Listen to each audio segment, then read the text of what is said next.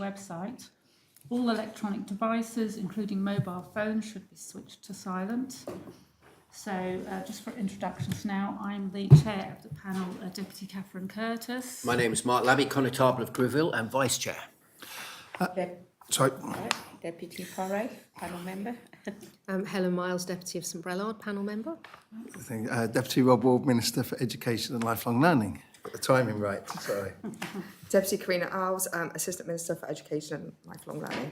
Hello everyone, I'm Keith Bosnett, I'm the Interim Chief Officer in SIPES. Jonathan Williams, Programme Director for SIPES. Rachel Baxter, Head of School Improvement and Advisory Service for Education. Andrew Heaven, Assistant Director, Children Education Policy, working in the Cabinet Office. Right, thank you everyone, and we've got 1.5 hours for this hearing. So I'll start with questions which are about Highlands College. So Minister, could you start by explaining your department's position with regard to the condition of Highlands College estate?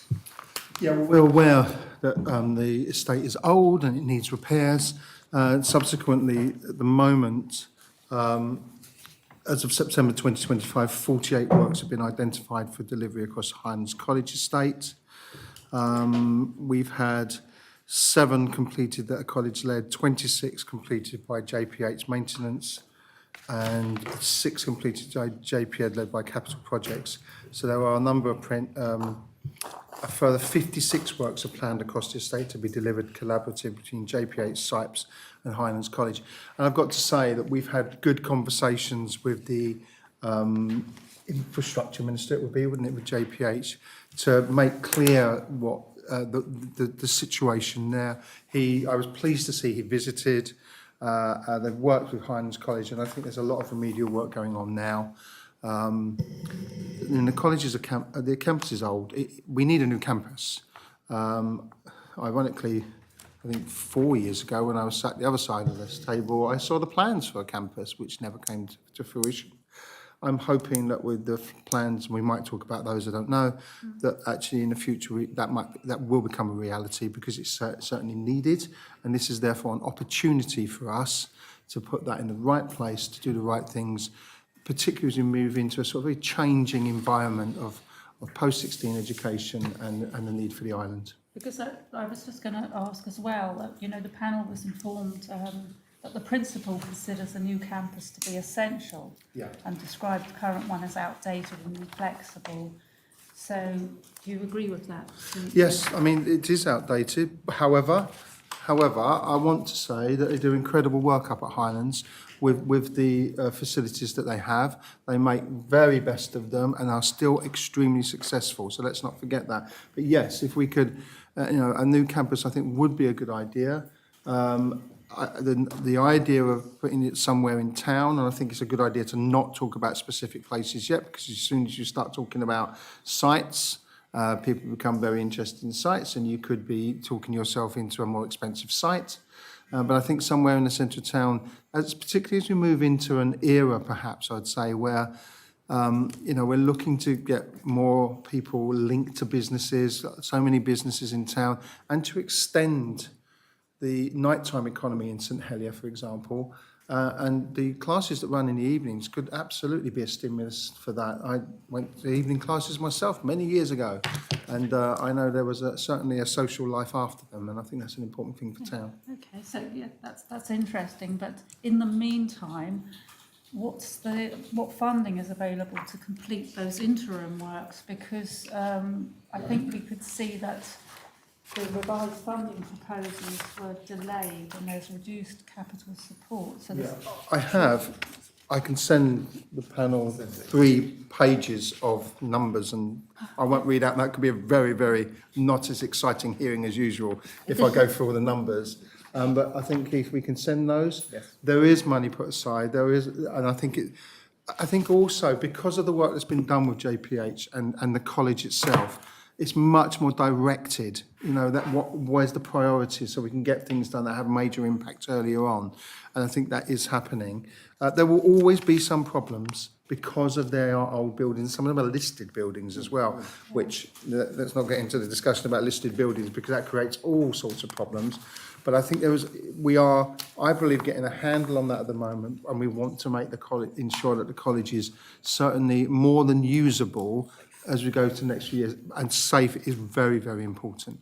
I know that you've already mentioned about the number of works that have been underway. We understood that there's a further 59 works have been identified for 2026 and 27. So you see those that being delivered within? Yes, I do. I have 56, but it might well be that I have either more up-to-date or less up-to-date information than yourself, because there's a couple of tasks no longer required for some reason. I can't give you the detail on that. They're very operational things, aren't they? Yeah, what we can certainly do is send you a list of what the planned works will be for 2026 and the ones that roll into 27, and that will also confirm the budgets as well for those years. Great. Okay.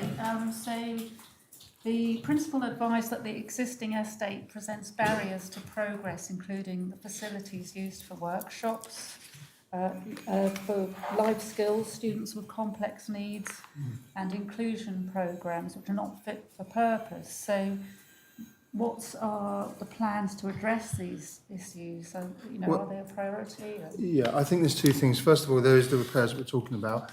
I think as well, the principal does also realise that her role is to try and ensure that those things are happening, and she's got to try and work around that with her staff as well and do the best they possibly can. I think Highlands do deliver to those students. It's not as if they're left with nowhere to go, nothing to do. It might not be ideal.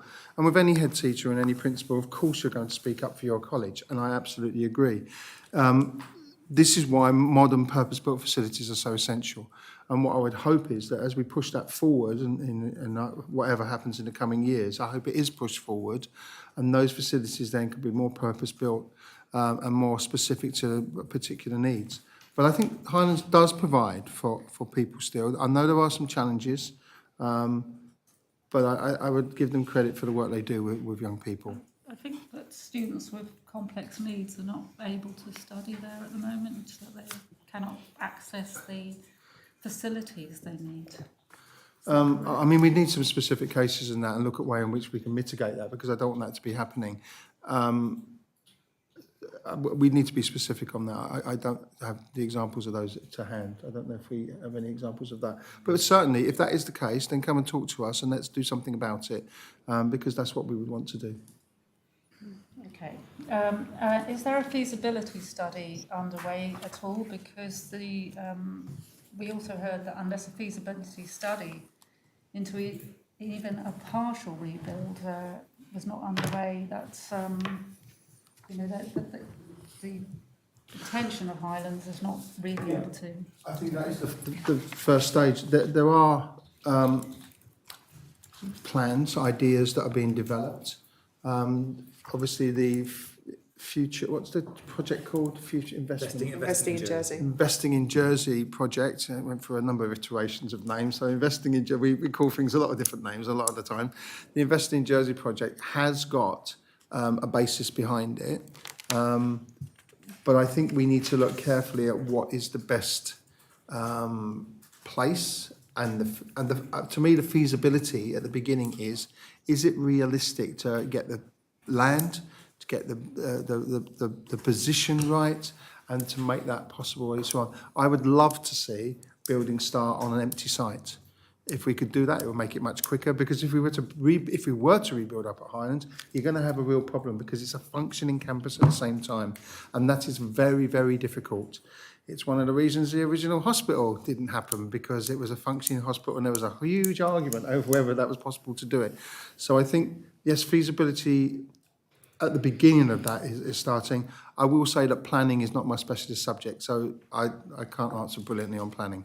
Okay, but at the moment there is nothing actually happening, like a study to do with a new building or a site or anything. How would you like summarise that? So the way I would look at it, we're about to start that piece of work now, following the announcement of the Investing in Jersey programme.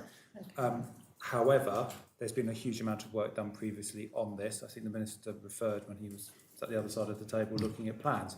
So the college have done a lot of thinking on this, which we will be able to bring forth. And as the Minister says, there are issues around site, size and all of those aspects. But in terms of what a modern college looks like, there's been a lot of work which won't be wasted, which we will revisit. I think as well, we need to remember that when that work was done a few years ago, there was a very different narrative in Jersey about population, for example. And it was about, increasing population. Now the issue is, well, what's happening in regards to declining population? So anything that's built, I think there was an opportunity here to get it right for the current population as is and plan ahead and learn from the mistakes of the past. So, for example, we build schools, sometimes we build them too small in the past, and we're now paying for that a little bit, although that will come through and it'll be fine in the end. Let's learn from that and make something that we build future-proofed. And in addition to that, we have a changing climate of qualifications. They are not going to stand still.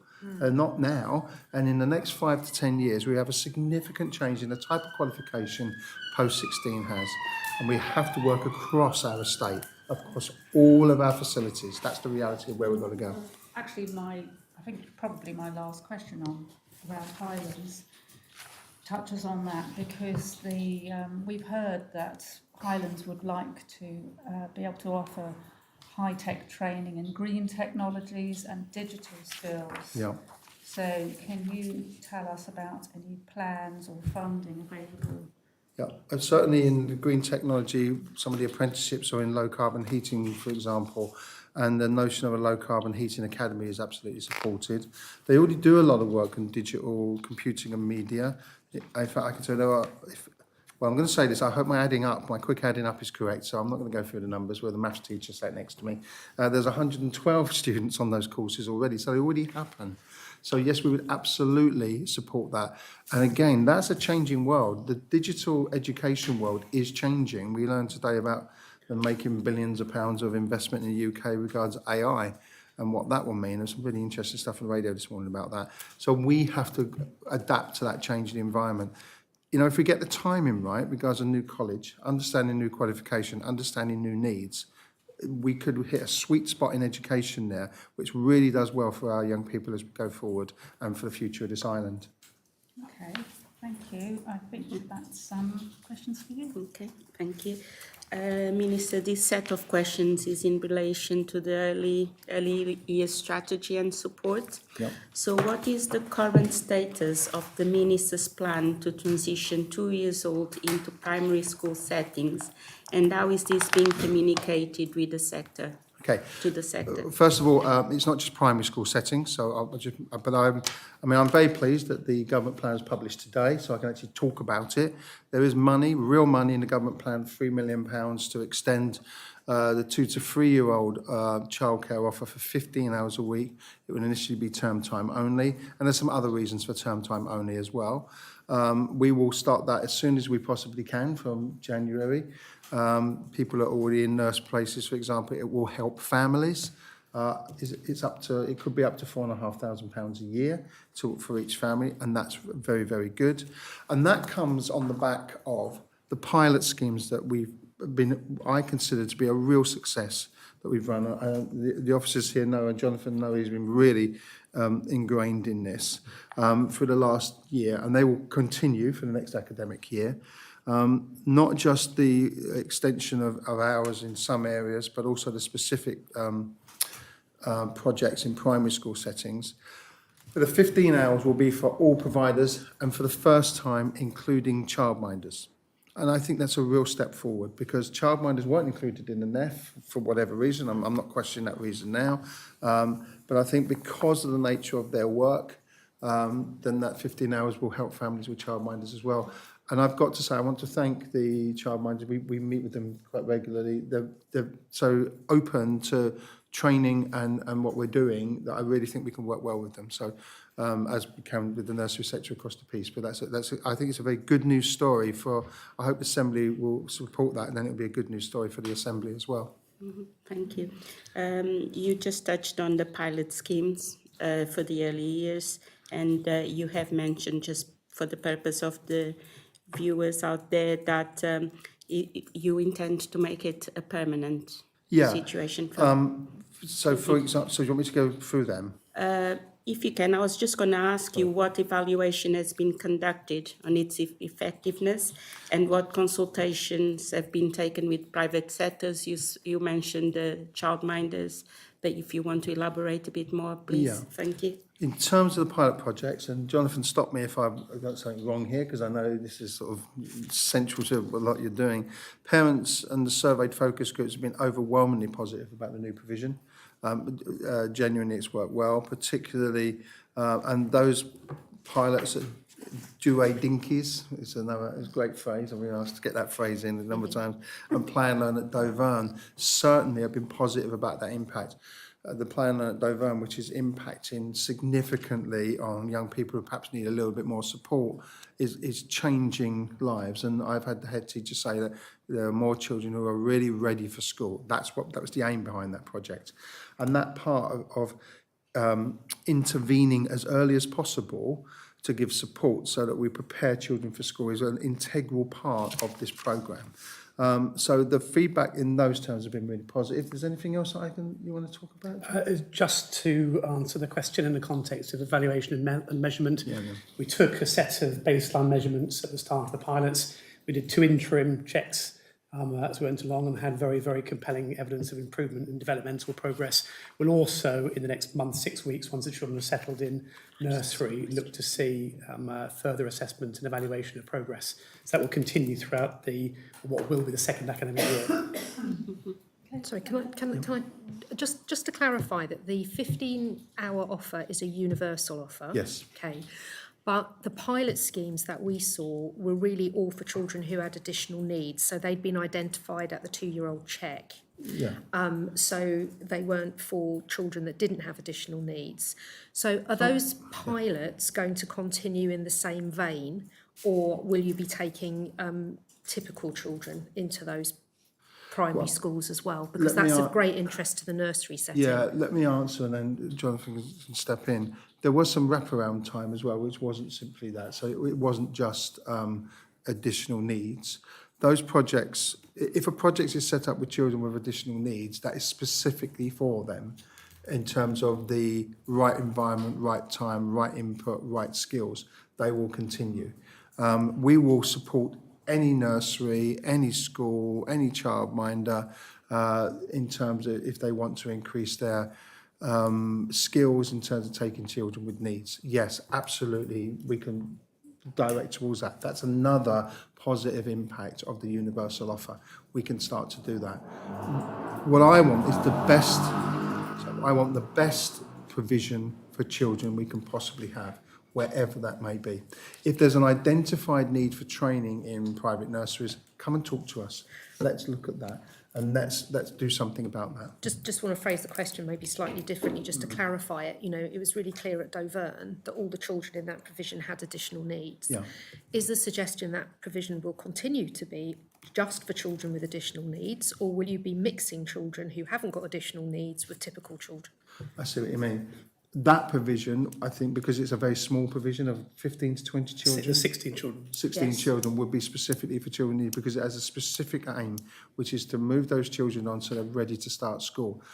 I think what you're getting at, and I would agree, is that yes, we want to make sure that every child is integrated in school. We don't want these separations. But at that stage, because there's a real identified need and a real identified way in which we can progress young people so they're ready for school, that will enable that integration, if that's the right word. That might be the wrong word. Mix is a better word. In school when they start school. So the impact early on, and I think there's so much evidence, I don't think we need to quote it, to say that the earlier you impact, the better it is. And also for families. Families are growing in confidence with that support, and that's such an important thing to do. And they're better off with their children, they're serving their children well, they're doing really well.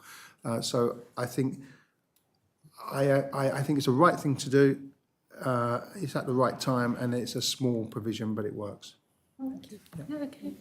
So, Minister, with regards to recent nursery closures, could you please tell us if any assessment has been done on the impact of the closures on childcare availability across the whole island? First of all, I wouldn't talk about closures. We recently talked about one nursery closing 2 rooms, I believe it was. They had the children and the families, I think most were accommodated in other settings, and when we can help to accommodate the rest. We have to be careful here because we have a huge amount of fantastic work going across our provision, both private, in nurseries, in third sector, and there are many, many children going to very stable nurses every single day. I think sometimes headlines don't think about the effect it has on families and them worrying. If there are specific cases, we will intervene and give support. In this case, we did. Officers were positively engaged with the leadership of the setting and through representatives of JIA, really positive interactions, which we're trying to do. I would say the nursery took the right course of action because it was a focus on safety and quality. And that is imperative for us. And if that happens, and when we will deal with it, and that's what happened this time. But the closures, I'm not even being a bit pedantic here, but I think we have to be careful with what we say I there. actually do appreciate you making this particular Thank point you. because headlines do spread. Oh, they and absolutely it's not do. nurseries, one nursery. Yeah. And it's fair to say that contingency plans to support those affected families has taken place. Yeah, absolutely. But let me not underestimate, even if it's one family struggling with that place, we understand how serious that is. I think we've all been there in this room, you know, a lot of us have been there with trying to find provision for our children. It's not easy. No. This is why we want, the offer we're making of the universal offer is not simply about helping families. It's also about raising the profile of the work. It's about supporting it with training. We have 33 students on the early years courses at the moment, I believe, off the top of my head, on the apprenticeships, and providing that second phase of the workforce programme so that we've got the workforce there as well. And I would say to all those people working in nursery, you know, you're providing an incredibly important service for our island and for families. So please carry on. If people want to get involved in that, particularly, for example, if you're returning to the workforce after bringing up your own family, please contact us. There are courses available, and that's a workforce that we could include in that. Thank you, Minister. Appreciate the clarification. Okay, so I was going to touch on the early years workforce as well in regards to the next phase, as you have mentioned. So more specifically, could you please confirm how many vacancies currently exist in the early years sector and what is being done to fill them in the short term? Yeah, I don't know if anything at all. Do we have a number of vacancies? We don't. Okay. Specifically, you got to remember there are a lot of private nurseries, so it won't necessarily come to us with vacancies. Look, on this island, if you take any sector, you would say, you know, you're just about getting there, or there may be vacancies, or you may, you know, it's not the easiest thing to do, and I'm sure that this sector is in the same position. So I believe that 15 hours can be offered now because we are at a point that's stable enough.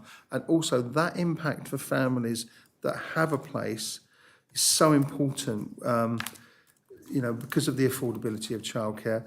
And the example is that I think it was I can't remember what report it was, but I think it was 97, ridiculously high percentage of families who said, what's the biggest obstacle? And it's affordability. And so we're responding to that. I think everybody knows it. And so for the first time, we can now say, okay, let's put that money in there. This is the time to do that. And look, I say now publicly, if it's not perfect and we've got a few issues with places, we'll take those on board. Okay, but we're not going to not do it in the pursuit of absolute perfection, and because it will be difficult anyway, and people might not get necessarily the days they want. But we're going to try and do the best we possibly can, and it will make a significant difference for a huge proportion of those young people, families. thank you, Minister. Can I just ask you what specifically is being done in order to recruit the staff necessary for those implementations? For instance, has the JIA been formally consulted? What is happening with your recruitment? Yeah, there have been a significant number of conversations at officer level with JIA, which I think is more useful because they're directly looking at the projects themselves. The phase 1 of the workforce programme was undertaken. It wasn't as successful as our recruitment of teaching assistants. We used the same model, and to be quite frank, I was hoping, we're going to get the same outcomes. Wasn't quite as successful. Could be all sorts of reasons. Might be due to all of the other factors that surround that type of work and the level of pay and the hours, etc., etc. So phase 2 is now going to be entered into, which is to look at other ways in which we can try and attract.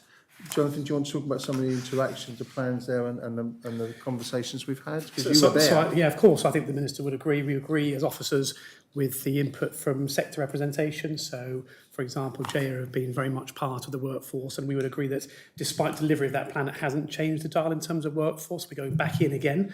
So, what can we do differently? What can we learn from the UK in terms of their response to very, very similar challenges? Because this nursery workforce challenge is not unique to Jersey. It's very much a national one. So the phase we're in now is under requests from the sector, who have confirmed, again, this is a key, the number one priority for them, under instruction from the Minister to come back in the next month or so with a revised second phase of workforce actions, where the test will be, if these are delivered, will they make a difference?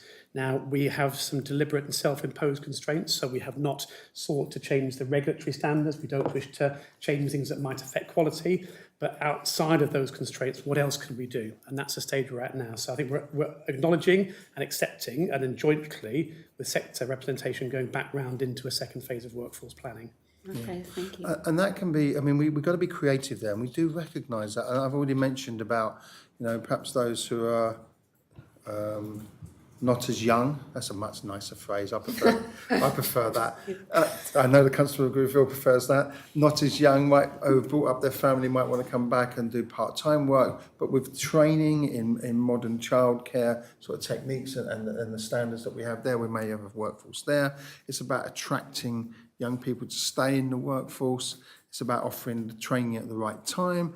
Example being that childminders can't train during the day, so we're offering evening training if they want to take that on, which I think is really important. So it's that flexibility and it's being creative. It might always be a problem because we're a small island, and our workforce is limited. It will be, but we're going to do everything we can, and we will be adaptive. And just to finish to say, I've already said the first phase wasn't as successful as teaching assistants. Now, you should say I shouldn't say that because I should try and hide that. We're not going to hide anything. We can say, look, we had some success and we're willing to work on changing. Come and talk to us. The other thing with Jay is we work very, very closely in terms of the level for the universal offer in terms of the payment. So we've done a lot of close work with them, and a lot of close work with the officers are doing that day in, day out with feedback to me, etc., etc. I suppose that is important in order to understand their feedback, and they need to know that you are taking those feedback seriously. Yeah. And I think it's because the operational level, to be quite frank, is more important than me sitting in I'm quite happy to sit in a room and have the conversation, talk about what I want to do. I'd be very pleased to, because the government plan is published now. I have worked very hard behind the scenes to push for that money. And I think we've been successful, and I'm very pleased with that and the support of COM. So, we're happy to meet, but I think the practicality of getting on and doing has been very, very good. So that's great. Just one supplementary about early years, Minister. You mentioned Pladouet and Dauvergne.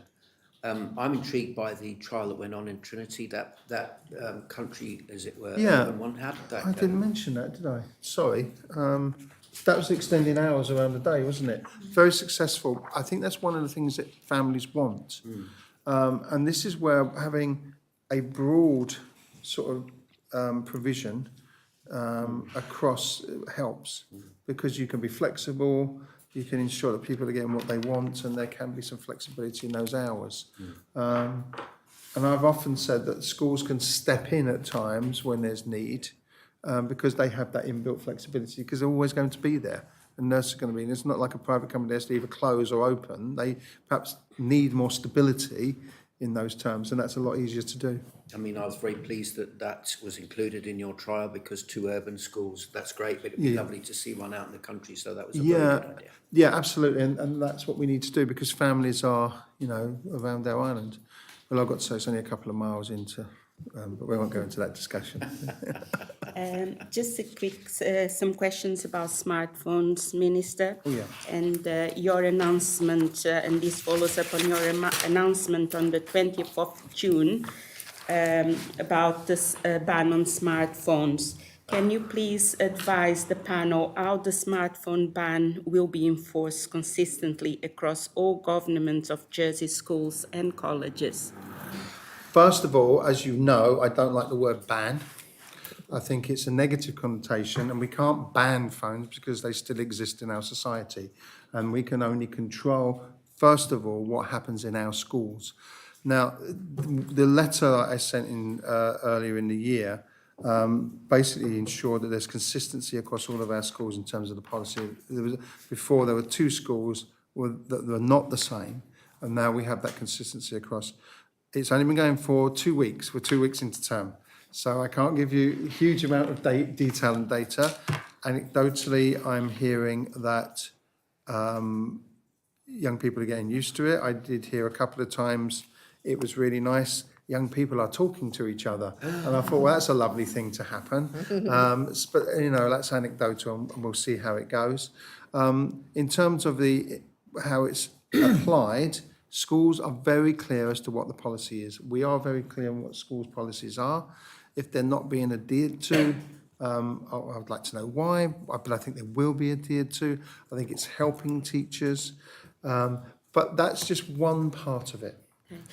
Go on, sorry. Will you be able to provide schools with additional guidance or resources to manage the enforcement and disciplinary processes of the use of smartphones? Let's not call it a ban, but within... It depends what they are. I mean, I don't know what they need to do that. It's pretty clear. Well, I mean, we did hear that some schools are just asking the children to keep phones in their bags, and other schools if I just finish, were putting them in, you know, a cupboard or lockers or something at the beginning and end of the day. So I think the is letter... there consistency? The letter was really clear, and I think whenever anything happens in our society, people will find times when it perhaps isn't entirely consistent. You know, smoking is banned in schools. Children probably still smoke. I would strongly advise them not to, because it's a terrible, terrible habit, but it still happens. It's clear guidance for schools. I wrote to parents and said, if you want to send your child to school with a phone, please make sure it's put away in the locker during the day, and it's not there. I have not heard of situations in the first 2 weeks where that's not being adhered to.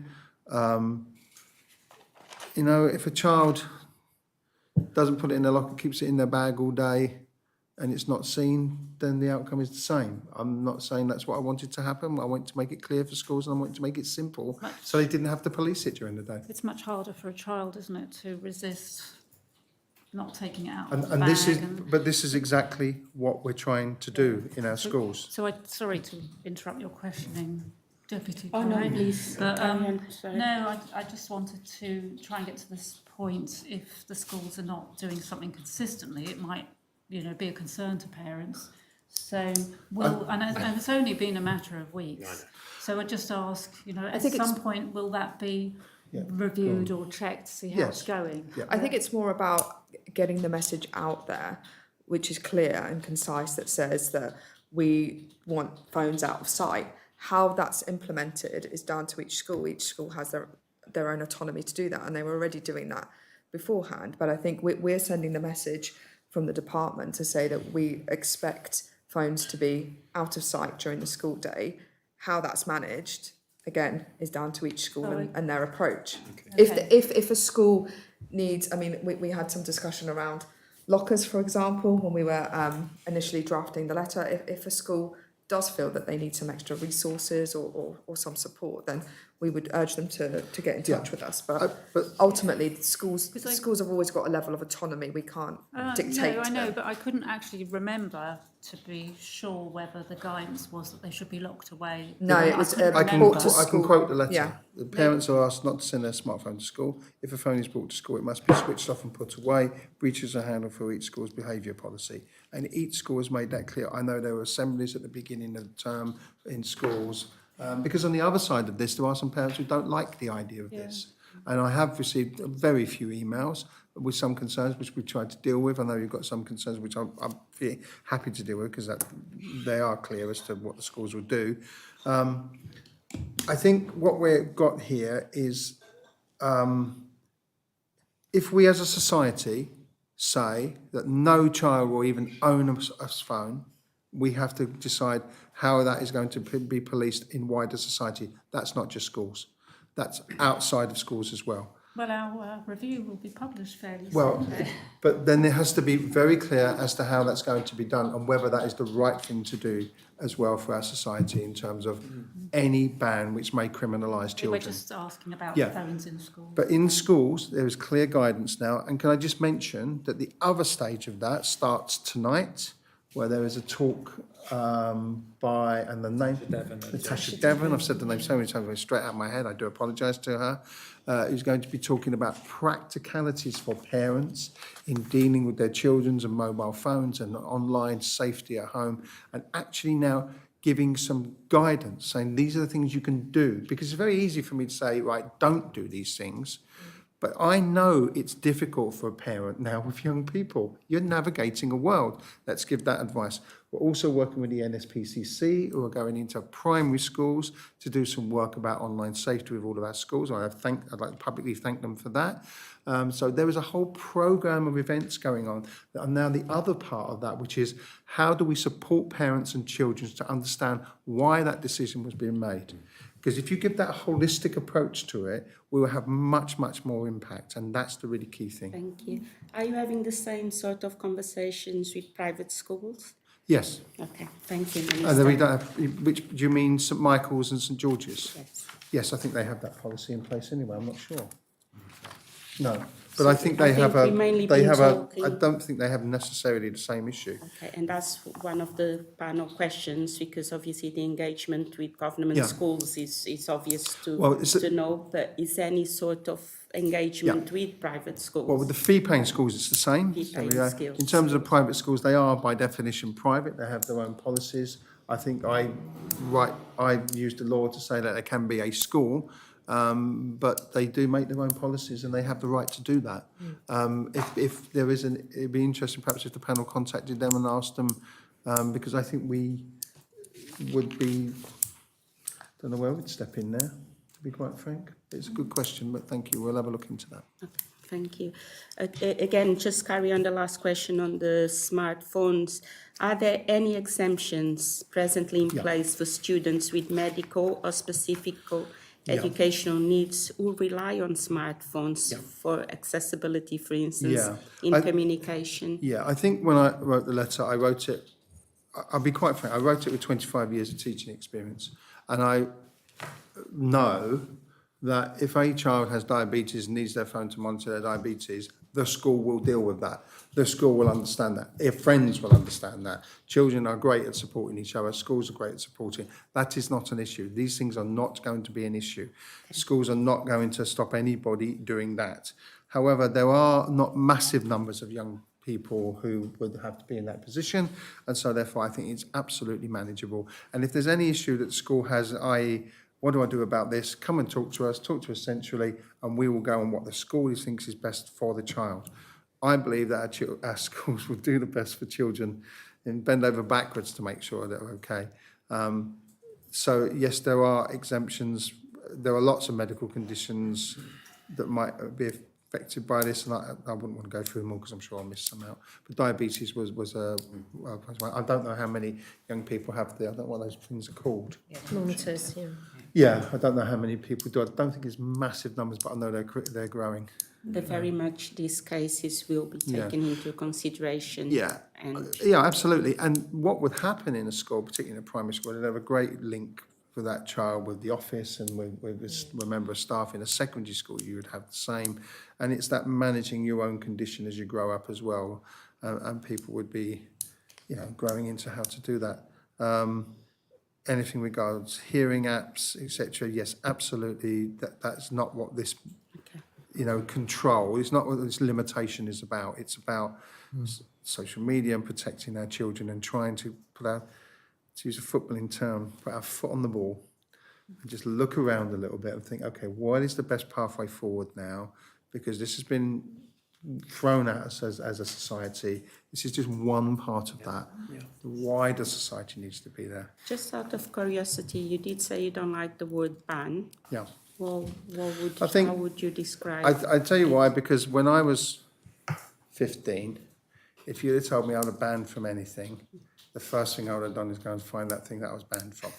And I looked around this room and I'm not entirely sure how different that would be for anyone. I know, Deputy Curtis, you would have been very different, I'm sure. I would be the same. Talk about when I was I just think because we need to have a dialogue with our young people. We have been into schools recently talking to every single school about post-16. And I have to say, every single one of those visits was genuinely uplifting because it gives you a bit of faith in young people on the way forward. Have the dialogue. Talk about it. Don't say, well, it's just banned. That's it. So that's why I don't use the word. It's me being a bit about semantics. I know that, but that's okay. I will say as well, this is a whole society thing.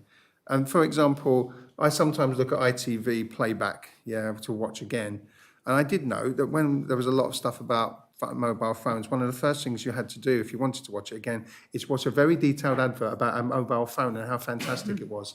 So, we've all got a part to play. The media, we were talking to a business about what they can do, really good conversation with the Institute directors, thank them for that. Schools and its PCC, that's, as an island, we've got an opportunity here. Thank you, Minister. Okay, all right, so Thank you.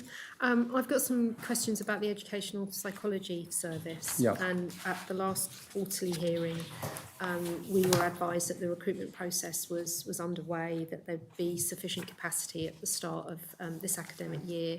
We did have a private briefing this morning, which I have to say was very helpful. But would you like to tell us sort of what plans you have for the Educational Psychology Service moving forward and how we can reassure children, parents and families that, progress is being made?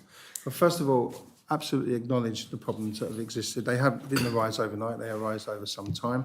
We believe that there is a very positive way forward with those now from the work of officers, from the work of the ed sites themselves, and for that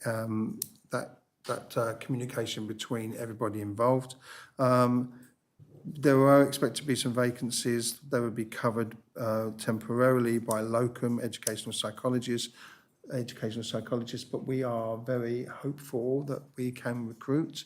And I do see a solution to the problems in the very near distant future, which I think will be very positive. We could put that service back onto a really good footing. I thank all of the people who work there because they've had also, I think, some at times unfair public criticism and ill-informed public criticism. But also I understand the concerns that parents have had. And we want to address those concerns, and we are addressing those concerns.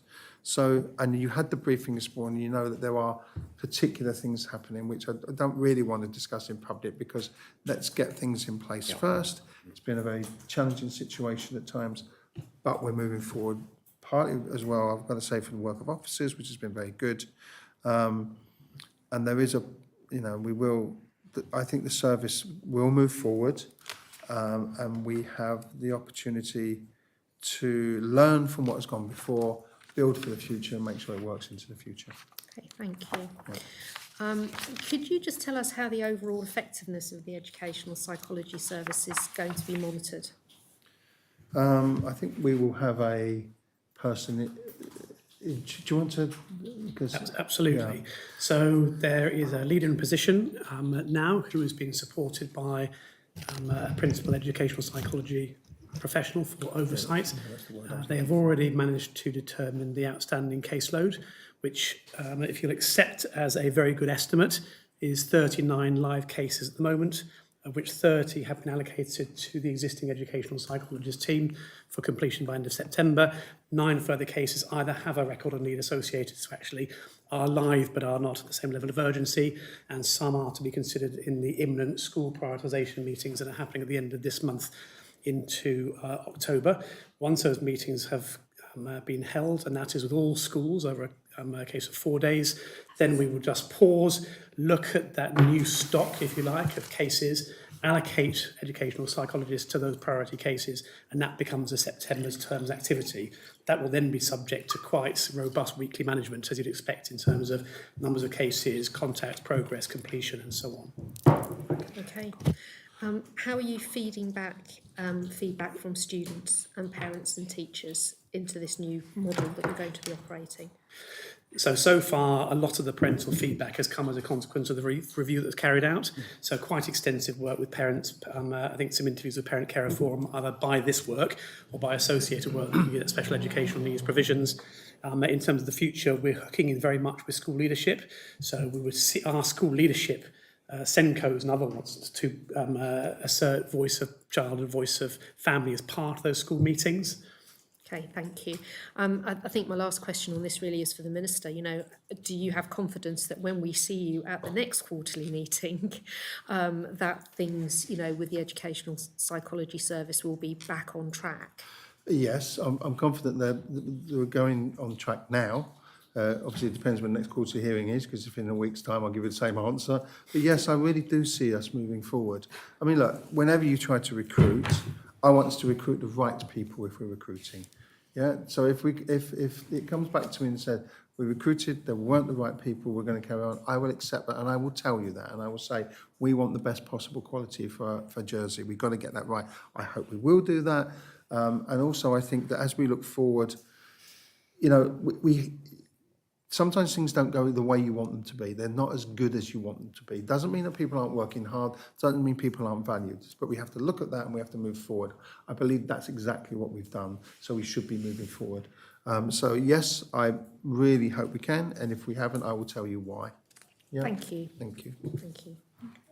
I've got some questions now about support for neurodivergent students. So, Minister, across both primary and secondary settings, do you consider that there are sufficient provisions in place to support neurodivergent students? So that's those with autism, ADHD, dyslexia and other neurological conditions. Yeah, there's a very wide range of experiences there. So are they adequate? I mean, as Education Minister, I'm never going to say that the provision we've got is adequate, because I always want more. That's an official position on my part, and I think my deputy agrees with me. We have to go that battle. There are two things here. There's an enormous amount of successful work that goes on every single day in every single school. Our young people are not en masse going to school and not being supported. There will be individual cases, there will be cases where that is more challenging and it hasn't worked as well. When they arise, we have to interact as a department and we have to work as hard as we can to try and improve that.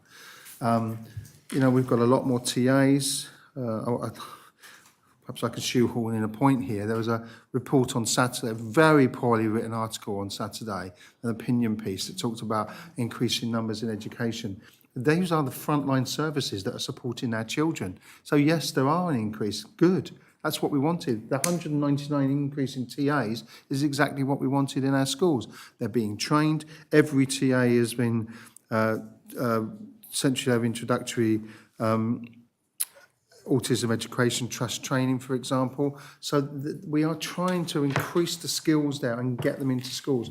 And with the changes that we're starting to look at in the structure of the department, the resources are being centred directly into schools. We don't want any resources centrally left here. We want them in schools working every day, because that's where the impact is. And people want to do the same thing. So will there be gaps? Of course there will, particularly within a changing environment of SEN or neurodivergence, because we're all learning as a society what that means. And that will always adapt. So would you say that there's work going on to look at how that can be improved? Yes, absolutely. So we are developing what's called an inclusive practice guidance. which is to help schools develop a common language, promote collaboration between the schools, and support the development of a more inclusive classrooms. So that will offer practical support for teachers to support them in adapting the provision to meet the needs of all the students. I think it's also important to add that we now have, every school has a trained special education needs coordinator. Yeah. Sorry, I was going to say, you've said exactly, go on, Karen. Okay. I think they're the same. And I think, like the Minister mentioned, the Autism Education Trust Professional Development Programme is offered by a team of trainers to all schools as well. So there's various training modules available, which are often bespoke to the level of need as well. So, and the Minister mentioned TAs, but also all the Jersey trainee teachers as well will be given that. So there's quite a lot going on in that area. I think to add to that, you used the word collaboration, and this is really key in this. The more we get our schools to collaborate and work together in groups, I do not believe that competition between schools improves education. I believe that working together and collaborating does. So if a school is working well and all of our schools are open and say, well, they're working well, it's not a question of, oh, they're working well, why do we, it's, oh, how does that work for you? How can we share that good practice? How can we work together? It's not a stick to beat anyone with if you're not doing the way you want to. It's about where's the carrot to say, where can we actually improve that?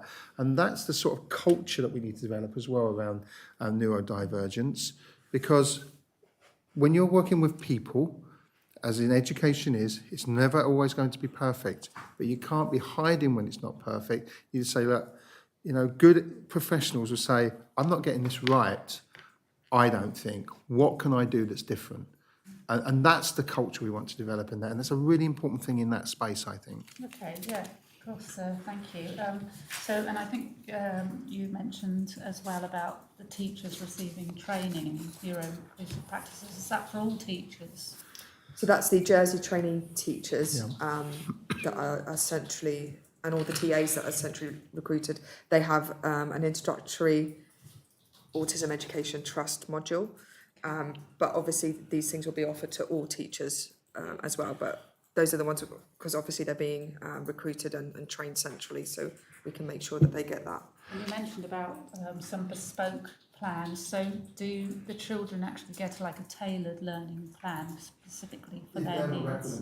Yes, absolutely. Also, if you identified a particular SEN need, I mean, as a teacher in a classroom, you would adapt accordingly. Those adaptations are not I think this is the thing that needs to be understood about teaching. They're not often massive adaptations. You don't need to write reams and reams. It's just subtle differences in the way you deliver, the way that work is produced, for example, because you understand that child and you form a relationship with them as you teach them over time. So this is not a simple thing to do. Can I just shoehorn in one other thing? Sorry to do this again. The other part of the government plan that I'm very pleased with is, for the first time ever, there is actual real money towards teachers' terms and conditions and time available for teachers. Now, if we want to train, if we want to upskill, if we want to look at the profession and say, what do you need? You have to try and make some time. Now, I would want a lot more money. Of course I would. Again, as an education minister, always want to argue for more money. Okay, but we can start to do that now. And on Thursday, we have a conference with the unions arranged by, because we have a good relationship with there, and we can start to look forward to how we can use that time effectively. Really good, but we haven't even got halfway through. Sorry. So we'd better just focus on this for the moment. We had heard that what was happening, we have heard from some schools that a decision is made not to provide funding for teaching assistants in primary schools if the school is operating in deficit. Is that the case? No. We don't have a blanket decision on that at all. No. So that doesn't happen then. So if a school is in deficit and they say they need some more teaching assistants, they won't have any difficulty in Yeah, I can comment. So, I think that would be so good if if schools you in did. deficit, we will have discussions with that school about how we bring them into a balanced budget position. So there will be different solutions for different schools, but we have to obviously recognise the context of the school, and we have to recognise the need within the school as well. So it's a it will be different in different circumstances for different schools based on the fiscal position that they're in at that time. Okay, so can you say for definite that a school would not be refused their need for extra assistance if they're... I think there has to be... I don't think I can... I don't, Can I just answer this? I think will be a context to this. I think, you know, as Keith has said, that we need to understand the context of that overspend. If the overspend is due to the school not managing their budget correctly and making decisions, which means that they've decided on something else rather than a teaching assistant that is not appropriate, I think it is the duty of the chief officer to challenge that. So that might be where this information is coming from, that challenge.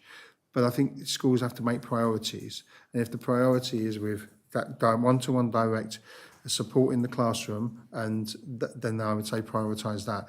If that priority has been made and everything is there, and we're genuinely at a point where nothing else could have been done, then let's look at that, because a teaching assistant over a year is not a hugely expensive thing. Given that budgets are millions of pounds in schools. So I think we need to look at that context really specifically, rather than it being a blanket thing. Because we know that there's been a lot more demand around SEN needs. So is there the right guidance provided to schools facing financial constraints on how to manage adequate support staffing? It's a very active piece of our work at the moment. You would have seen reported in the media about some of the financial challenges that some schools are facing. So for schools with quite significant challenge, we have support boards in place where officers from the department and the leadership of schools are working together to find solutions to their current context. Part of that is around staffing structures, part of it's around non-staffing structures.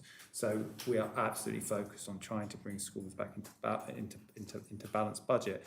But we also recognise that need is rising, and we've got to make sure that we put resources in the right place. It's a major focus for us this year in terms of developing the building blocks for doing this. And I think as we move into 2026, we will start seeing some changes and hopefully the movement of resources to where the need is at its greatest.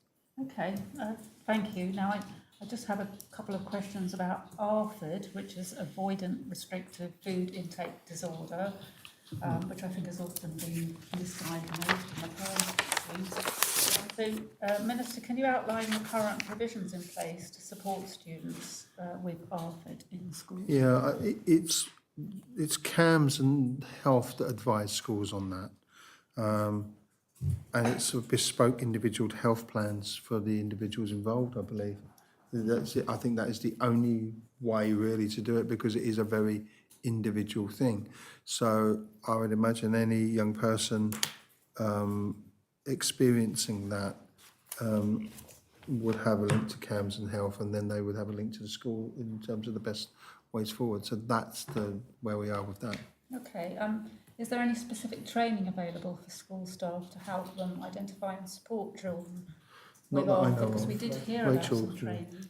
It would be always through the advice of CAMS. So CAMS would give the guidance, and then that would go directly to the schools. Yeah. We wouldn't expect... I mean, a SENCO may have a good working knowledge of ARFID, but SENCO may not be the person working with that young person directly. So anybody working who needs to know about whether that's at snack, lunch, before school, being aware of warning signs if they were struggling with food intake and then struggling with tiredness as a result, for example. But that advice would come from CAMS through their health plan. Yeah. Okay, thank you. So I have a few more questions, but they are around the SWITCH programme. Yep. So, Minister, are there safeguarding protocols, or what safeguarding protocols are in place within the SWITCH programme to ensure the safety and well-being of the students? Well, the SWITCH programme, as with any pathway at La Passerelle, and that's what it's linked to, follows the same safeguarding protocols as all island schools. Safeguarding is integral to everything we do, and it's the sort of number one, I think, a provision within the advisory service and our school review process. So it would be the same. The detail of those is in the Keeping Children Safe in Education document. It's available. We can send you a copy of that, or a link to it at least. which I think would be useful for you. There's pastoral, a number of staff who are qualified as designated safeguard leads. They probably have a higher concentration, if I can use that phrase, of people trained in safeguarding because of the nature of the school as well. So there are lots of safeguarding leads there. And I mean, that's all I can say. think some of these concerns have come about from hearing from parents who have children who are neurodivergent, and then in the school with some children who have complex social, emotional and mental health needs. Yeah. And sometimes that mix has been a concern. Yeah, I think with those concerns, I would really encourage those parents to contact us and let's have that dialogue. I don't think a hearing is a place to discuss specific examples like that, but we're not, you know, I want to be very open to those concerns because we want that to work well. I mean, Switch only opened on the 2nd of June 25, so it's early. It's early on. The review period is 6 months, but I think, you know, assessing outcomes of the Swiss projects will be ongoing because of its very nature. So any feedback on that, I think, would be much appreciated, and we would want to absolutely engage with. And, you know, there are real challenges there, and we're trying to do what we can to be adaptive to those. There have been 27 referrals to date, so it's a relatively small number, but significant for every single child involved. And is it still operating as a pilot, or is it going to be a permanent feature? Do you know? We're in the pilot, and that's a very good question. I've always said that if a pilot doesn't work, we stop doing it. I think sometimes we take on pilots and we're a bit afraid to not stop. That's double negative.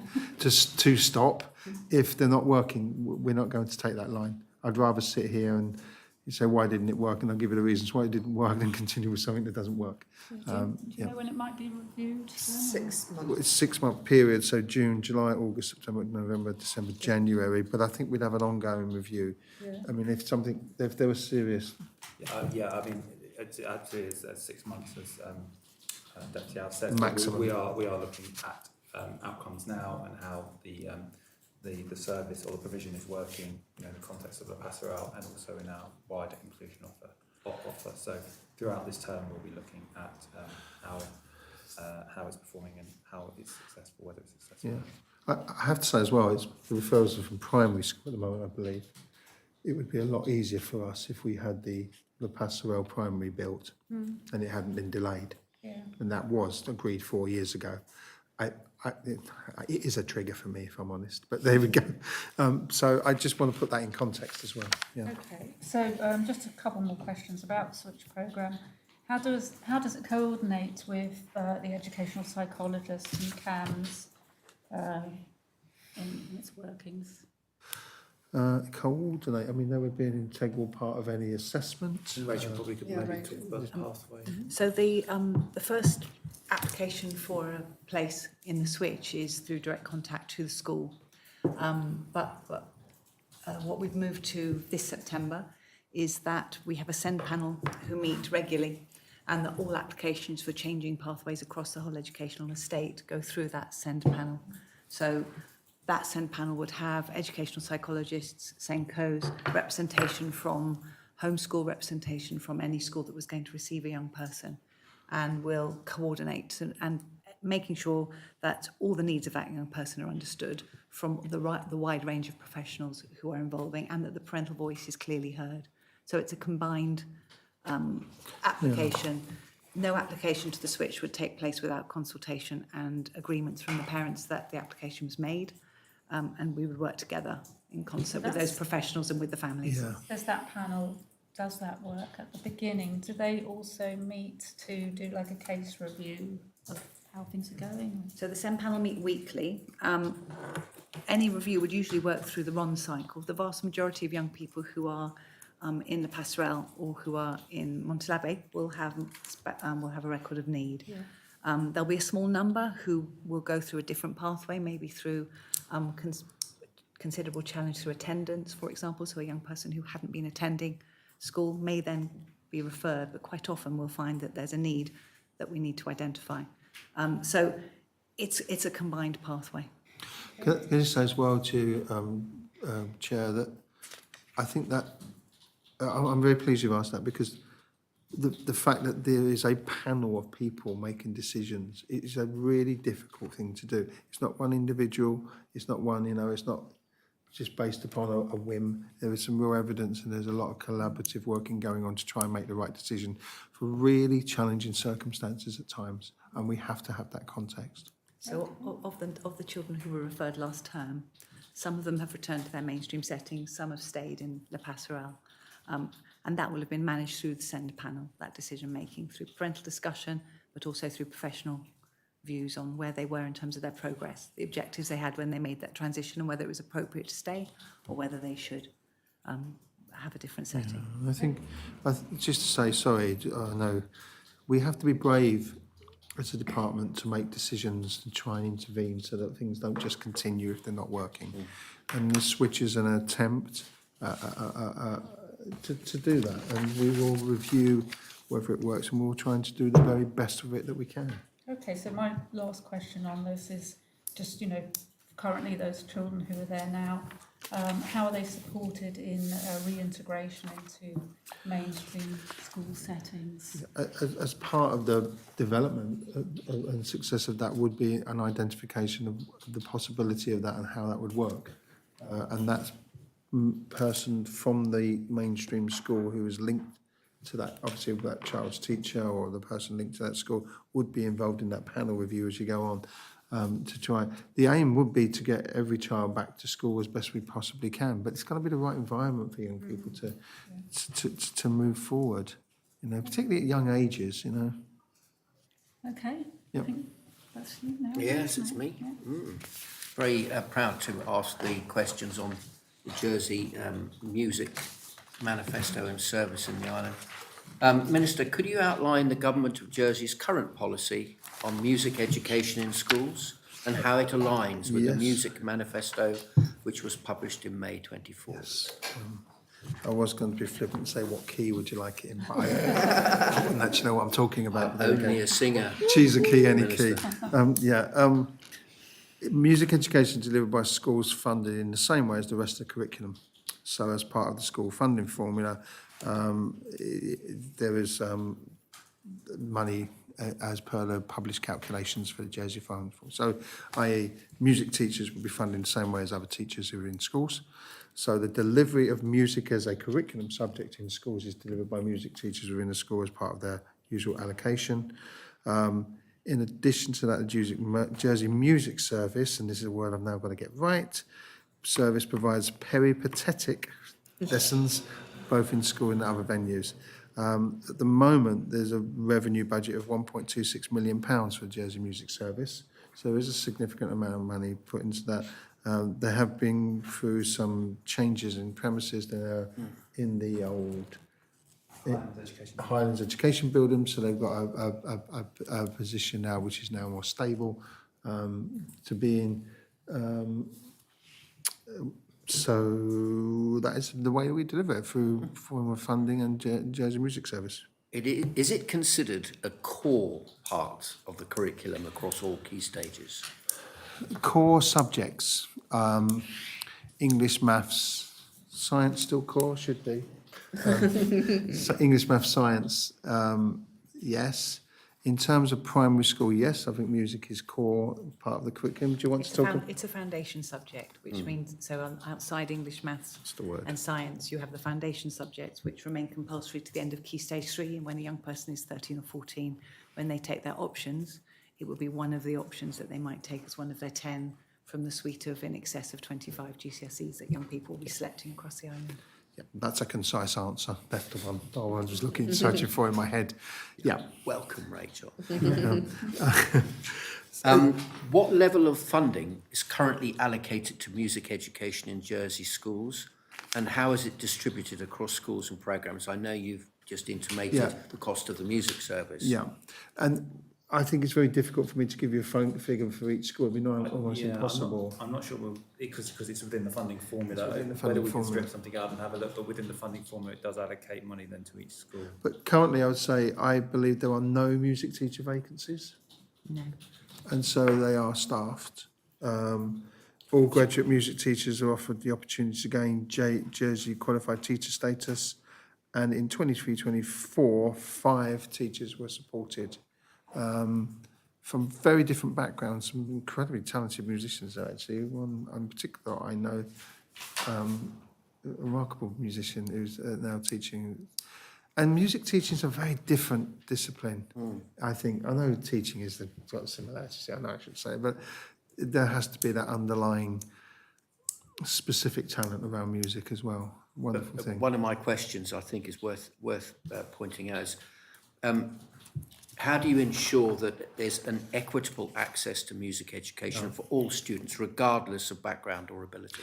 Yeah, that is a challenge. I think the base teaching within schools we can ensure in terms of our funding of schools.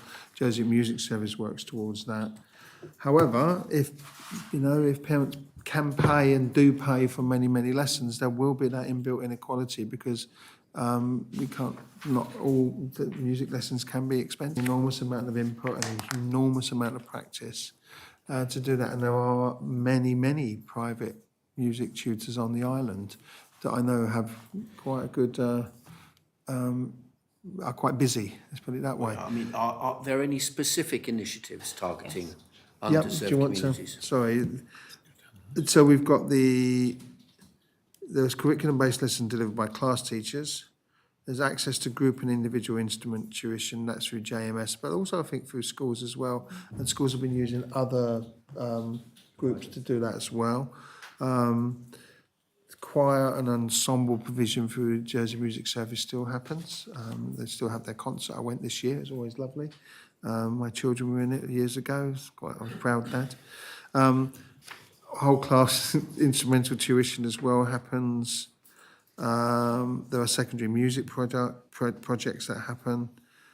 And there is access to free after-school ensemble and choir provision for all children across the island.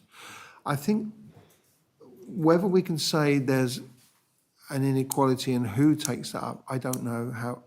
I mean, stereotypically, they might be. But it may well be that children are interested in other things, sport, dance, all sorts of things that happen. And they are also very valid in terms of what young people do. Music isn't for everybody, but... Yeah. Thank you for your honesty, Minister, thank you.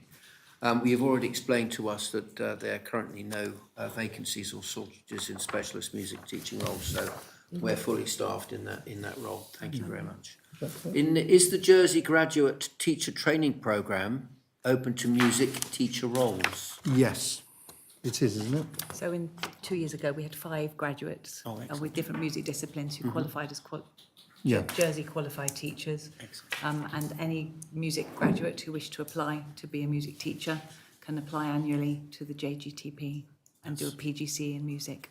That's excellent, thank you. Can I just say, I think what we have to say is that doesn't necessarily guarantee a job. Yeah. It guarantees that you're qualified to teach. We are a limited island, and we could, we'll be in a terrible quite a strange, a very good catch-22 position if we were fully staffed and had all of the skilled teachers that we wanted across everything that we ever wanted, and we're training teachers, and then we got criticism say, but you're training teachers and they can't find a job here. It is a challenge, but we're not there yet. But I just want to make that distinction is quite important, I think. If it's any hint at all, we've got a major shortage of trombone players. Anyway, another story. I'm going to move on now, Minister, to serious problem. Vaping in schools, Minister, if I may. Oh, yes. Minister, could you inform the panel of what support is currently available to schools in Jersey to address vaping among students, including prevention, education and intervention?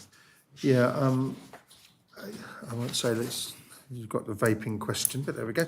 Do you want, in terms of support in schools, I mean, they are not allowed in schools. They are, I think the single-use vaping ban is very useful for us. Yeah. And that is a societal-wide thing that I think is a very simple thing to do, although let's see how that pans out and see in terms of the way that has got around, because inevitably it will be. And I think that sends a really clear message to young people, is we do not want you to vape. It is not a good thing to do. But do you have guidelines and toolkits that you provide to schools? So, yes, we do. Yes, within policies, within schools, also within campaigns that have been run by public health in partnership with our department in terms of the messaging around vaping. There's a parent toolkit as well. Yeah. Is there any reporting with regards to incidents of vaping? There was a, sorry, just say I missed completely. A co-created vaping campaign for children and young people was launched at Health in July 2025, and there was a letter sent to all parents about it. In terms of the reporting of it, it would come under the normal discipline reporting and behaviour logs. I don't know if there's been a massive increase, decrease. I don't think there has been. You know, children are children. They're not all perfect. We might catch children vaping, but the message is very clear. It's not allowed in schools. We do not want you to do it. They will be confiscated. Parents will be called in. Those discussions we'll be having. There is work going on with the PHSE leads as well. Oh, yes. With SIPES providing some central resources for schools. But that's not obviously defining any policies, it's just keeping it flexible for schools to approach the issue in the way that works best for their students. And there's also some development of the digital quick resources, which Keith mentioned, which is public health are working on. I was going to ask about the public health links, if there were any access Yeah, to so those. it's a digital tool to support and empower children and young people, tailored to their vaping habits. Whatever that might mean. Okay. Yeah. Because the panel are obviously very aware of the addiction of nicotine, which is considered by many to be worse than some category A drugs. Where we are conscious of the effects that may have. I think there are other side product effects of vapes that will come with time, which we are not recognising at the moment. I totally And agree. that does concern me. Yeah. I think that's all the on that subject. So it's my turn, and I'll be asking some questions around SIPES and its advisory board. So, Minister, have you considered establishing an independent advisory board for the Children, Young People, Education and Skills Department in order to provide strategic oversight and expert input, say, for instance, similar to the Health Advisory Board? Okay, the short answer is no, but the longer short answer is no, because there are specific reasons for that. The Health Board is set up because you have to remember that a very significant proportion of the health services provided are via the private sector and via not, if you like, directly through government, i.e. GPs and a number of other services. So that Health Board is a very distinct overview there. I would say that the work we're doing with our schools overview is on the governance and governing bodies in schools, and there's an enormous amount of work going on there, so that those governing bodies are more skilled, they're more directed, and that their importance is emphasised to them. But in terms of the overview and the direction of education, I think that's our job. I think it's Chief Officer's job and the other officers there in conjunction with the profession itself. I don't see the need for a board like that. I understand the Health Board, and I was supportive of the Health Board, and I will continue to be supportive of the Health Board, but I think there is a distinct difference between the two. However, the principles of that oversight and governance, I think, already exists through our governing bodies. That can improve, and we have done a lot of work recently.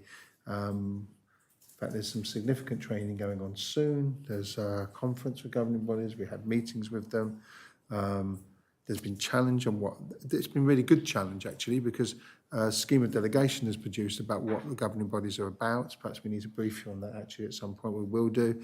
And that's some challenge in terms of its content. It's exactly what we want, involvement of governing bodies in the role that they have. So that's where I would stand on that. I think the panel would be very grateful to hear further down the line how Yeah. it's I think taking it's, place. I have said that. That's why we can't do that, yeah. We've been somewhat involved in other things in the last few weeks. Just to mention as well, we've also had seconded some head teachers. So I think we've had 4 over the period of some time now, which also feeds into kind of our policies, shaping our policies. That direct link with schools and people who haven't been there with SIPES and our workforce has to be developed, because that's where we're going to really get the impact, because those are the people delivering day in, day out. And we're lucky. We have a workforce of professionals, massively dedicated people with postgraduate qualifications, you know. It's not a bad workforce to have. I think my other question may be Deputy Alves has already mentioned in the recruitment of head teachers, but can I just ask what structures exist within sites to review the effectiveness of education, youth and children services policy, and how are these reviews informed by independent or cross-sector perspectives? Yeah, well, I can talk about education. We have the School Improvement Advisory Service, and we have the School Review system, which is, notice I'm not using the word inspection, because we're talking about a school review. That has to be a collaborative process with the school, with clear guidance as to what it means, with constructive outcomes. It's interesting, I think, that other jurisdictions are very interested in what we're doing now. We're not got the Ofsted rating system. I do not believe that's the right thing to do. You cannot sum up a school with one number. It's an outrageous thing to do personally, but I'll stop talking about that. So we have that system in place. We also have, Keith, do you want to talk about some of the things that we do to oversight and the changes Yeah, that so you're making? also, so there'll be some specific areas that we will need to be looking at as well. So the Jersey School Review Framework gives us an overall view of performance of schools, and then collectively we can look at elements of the delivery of education across the system. But there might be other areas that we want to be more targeted and focused on. We've obviously spoken about the educational psychology service earlier. We might want to look more widely at the inclusion service, and we've spoken about finance as well. So we have opportunities to engage with professionals with expertise in this space, but also, and I think more interestingly, for the context of working in Jersey and being closer to the workforce, is that engagement with head teachers, and we will widen that to other staff as well. So bringing in their experience of how the system impacts on them and working with them to help shape future policy to recommend to the Minister is absolutely a model which we're starting to see some success of. So understanding how things operate on the front line, because essentially that's what the Minister's policies drive, to make improvements there. So to hear that feedback from the front line is really, really important. So setting up structures within the department to enable that to happen, I think, is a positive step forward for us. Thank you. As well as relying on those other independent reports and support and Thank intelligence from other places. In terms of other advisory boards that have improved their services and outcomes as well as accountabilities, what other jurisdictions have you looked into to learn from? I think in terms of the School Advisory Service and our review system, we have looked at other jurisdictions and the way they've done. And I think Mention any? well, we look at the UK and say, don't do it that way, for example. I think that's really important. There are some elements, sorry, do you want to? When the Jersey School Review was in its first iteration and in its latest updates, we've looked widely at best practice across Europe and across the UK. So we dipped into sections of the Welsh practice, Scottish practice. We looked at practice across international school assessment, and we reviewed and updated in those lines. Ultimately, Jersey is tied to the English system because our examinations lead to qualifications on that pathway. 95% of our young people in different settings will take GCSEs or level 2 qualifications examined by English exam boards, ditto at level 3 or A-level, BTEC, level 3, etc. With that in case, you have to make sure that your curriculum and your assessment of school standards around curriculum is tied into that system. So areas of the Welsh curriculum, areas of the Irish curriculum would be relevant to us, other areas not so much. So we take what we're in a very privileged position here. We're able to say what's working, where are the bugbears in that system, how can we avoid the bugbear.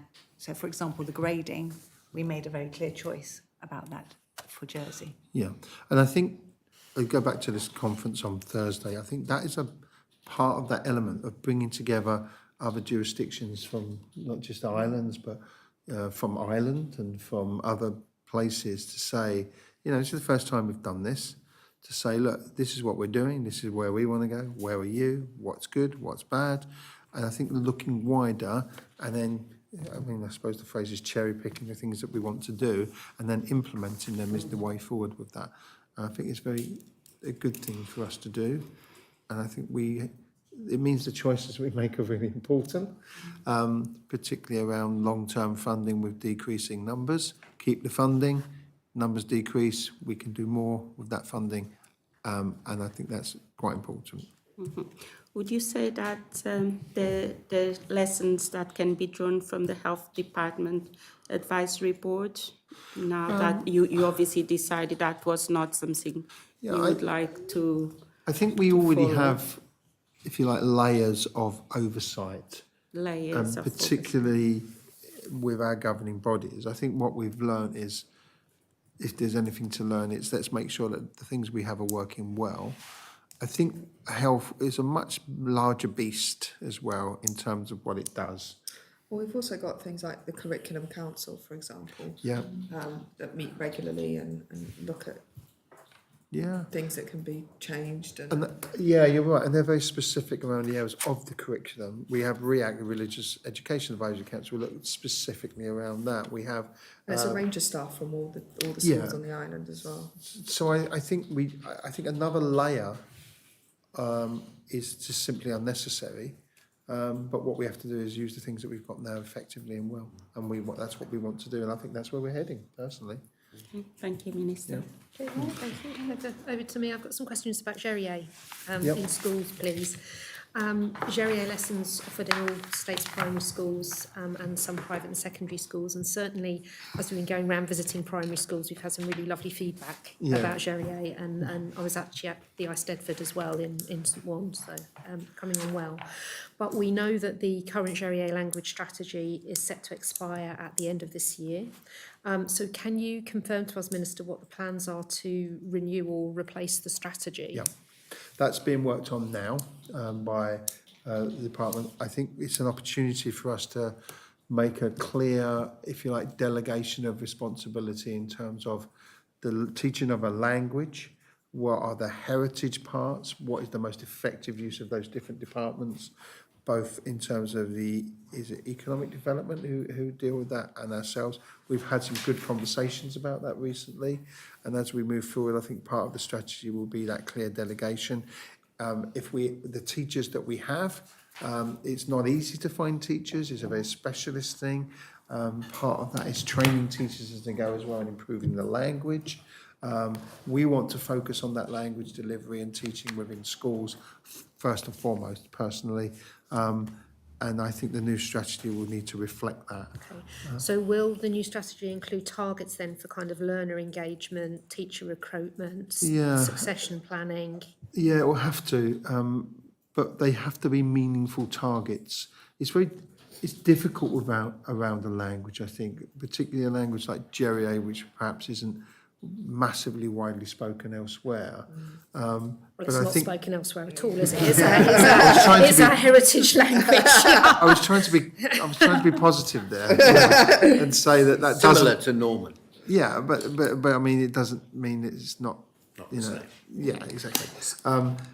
But I think yes, those targets have to be there, but they have to be meaningful targets. They have to be ones that are understood, and they have to be ones that with any target in education, there is a balance between just teaching for that target or teaching well and effectively, and the target is met anyway. In terms of recruiting new teachers and succession planning, what is your plan around that? Because obviously if you have anybody leave, you can't just go and get another one. That is a challenge. It is. It's a real challenge. How are you addressing that challenge I think we have in terms of over-recruitment, for example? We do have at the moment people who are developing their language as they are involved with the department. We have 2 people, I believe, doing that. So there is succession planning on a small, but it will always be a small scale. We have to try and attract people who are Gerrier speakers and find them from somewhere. Getting young people involved, for example, as we go forward. It is going to be a challenge which I can't say I have a simple solution to. Is the Gerrier teaching open to the graduate teacher scheme if you brought in language graduates? It would be a step. It wouldn't work just at the moment. I think the thing to say about the Gerrier teaching team is we recruited teachers. So we chose, when we made the recruitment for Gerrier a number of years ago now, to recruit qualified teachers who had good skills to give access to young people. The majority of those were not Gerrier speakers. No. So they've learnt their Gerrier whilst also delivering the Alentou culture and history programme, and they have really impressively developed their language skills. So a number of those colleagues who started as complete novices in Gerrier are now at a level of fluency where they would feel comfortable and confident to teach adult learners Gerrier as an evening class, for example. So we've got teachers who have developed that skill and who could then teach other new arrivals. Yes. So that was the first step.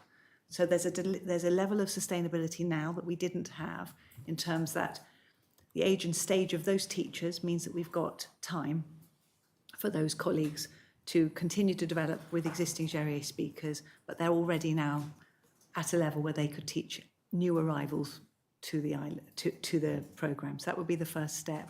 The normal route towards qualified teacher status, I think, would go, at the moment, you would hope to recruit qualified teachers who would learn Gerrier, rather than take on novice speakers of Gerrier and then train them to be a teacher. Because as a graduate profession, we tend to have a degree in the subject that we're going to teach. As yet, we don't have a qualified route at GCSE or A level. Is there any progress towards that? Because The certainly team are working on that. in the 2022-25 strategy, it was very clear that part of that was to develop a GCSE in It's Gerrier. really difficult. I think one of the challenges with that is gaining that fluency level amongst the staff. Yeah. You know, we didn't know how long it would take. It's, you know, as I said, people have made really positive progress. We're now in a position to take that next step and start talking about curriculum development, to talk about qualification and ratification pathways in a way that we may not have been Okay, so at the those beginning. next steps will be clearly articulated in the new strategy, which will be, what, 26 to 29? Yeah, it will have to be. Presumably, And okay. it may, I mean, look, I mean, it may remain that one of the goals is to try and produce a qualification. Doesn't necessarily have to be GCSE, qualifications change. And that is always going to be the challenge.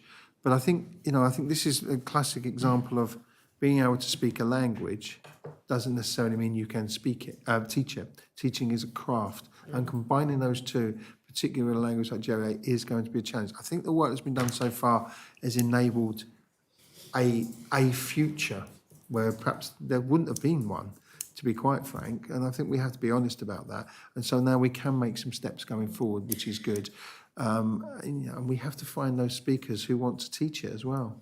If you know any, let us know. You've obviously you've obviously just published the budget, but is the budget for Gerrier maintained for next year to make sure that you can develop the next strategy and actually deliver the next year's strategy? I believe it is. Has there been a reduction in the budget? Not that, There's been no reduction. No reduction in the budget around I think we need to look at where that budget is in terms of what it's delivering. We're interested in the teaching of it. Some of it goes towards some heritage things, but that's a conversation we're having, a good conversation, a constructive conversation, because that leads to better use of that money and where it fits in and that wider application of the elements of a language. It is very unique.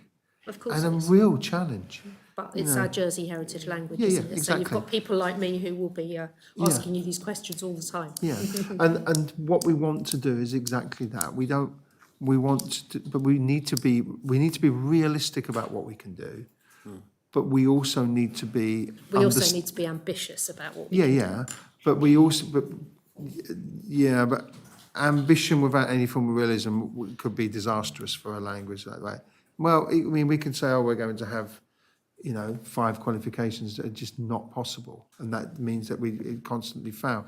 What we've done so far is by building up that bank of knowledge, building up that bank of skills, there is a future there. I think that needs to be complemented, and we need to recognise that's there, and now we can build on that into the future. Thank you. Okay. Could I just make a brief point, Chairman? I recently celebrated with Francois Lemaitre and his son Charlie 25 years of teaching at Greville School, where I believe it first began, and we're very proud to attend that event, and we're very proud to support that event. And all I can say is chick tu fela. Merci. Very good, yeah. We've actually It's a lovely end. just overrun a little bit, but we just to say, we still have questions about bullying in schools, accessibility to schools, higher education, and EpiPens in schools. So if we can send them to you in Yeah. writing, is that okay? So be honest, they're quite good ones to send to us because we've already got the answers written. And that should be quick, and they're not massive answers, so that's great. Okay, so I think we're Thank all you. done. Yes. Okay. All right. Thank you very much, everyone. Yeah. Thank you.